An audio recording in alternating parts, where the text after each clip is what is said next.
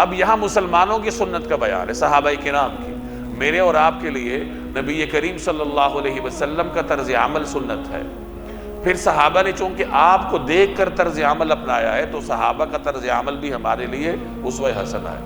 تو حضور صلی اللہ علیہ وسلم کی سنت کے بیان کے بعد اب اللہ تعالیٰ صحابہ کرام کے طرز عمل کو بیان کر رہا ہے کہ دیکھو جو مخلص صحابہ تھے، ان مشکل حالات میں ان کا طرز عمل کیا تھا، کہ جب انہوں نے دیکھا کہ یہ ہر طرف سے دشمن چڑھ آیا، یہ قریش ہیں، یہ کنانہ کے لوگ ہیں، یہ غطفان ہیں، یہ پورا عرب ہے، اندر سے بنی اسرائیلی ہیں، یہ کیا ہے بنو قریظہ کے لوگ ہیں، یہ سب ہمارے مخالف ہیں۔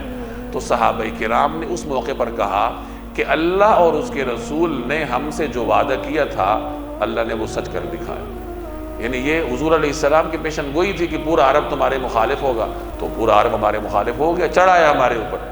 تو ان کے دلوں میں کوئی لڑائی سے بھاگنے کا خیال نہیں آیا، بلکہ ان کے ایمان میں مزید اضافہ ہوا۔